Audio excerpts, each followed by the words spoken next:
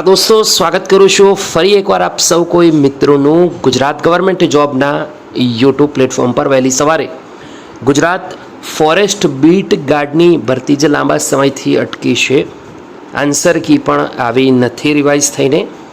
તો આ ભરતીનું પરિણામ આન્સર કી ક્યારે આવશે તેને લઈને દીપક રજની સાહેબે ટ્વીટ કરી છે. તમારા સુધી માહિતી પહોંચાડીશ. આ કોઈ ઓફિશિયલ માહિતી નથી. દીપક રજની સાહેબ સિનિયર જર્નલિસ્ટ છે, જેમના દ્વારા અવારનવાર આવી માહિતી મૂકવામાં આવતી હોય છે અને મહદઅંશે સાચી પણ હોય છે. ચલો વાત કરીએ ટ્વીટની. બીટગાર્ડની ફાઇનલ આન્સર કી તારીખ 15મી જુલાઈ સુધીમાં આવી શકે છે. ત્યારબાદ જાહેર થશે પણ પરિણામ. CCEની ફાઇનલ આન્સર કી 17મી જુલાઈ બાદ આવશે. ફરીવાર ધ્યાન રાખો દોસ્તો, CCEની ફાઇનલ આન્સર કી 17મી જુલાઈ બાદ આવશે. અને બીજી બાજુ બીટગાર્ડનું જે રિઝલ્ટ છે દોસ્તો, તે પણ 15મી જુલાઈ સુધીમાં આવે અને ત્યારબાદ પરિણામ પણ જાહેર થઈ શકે.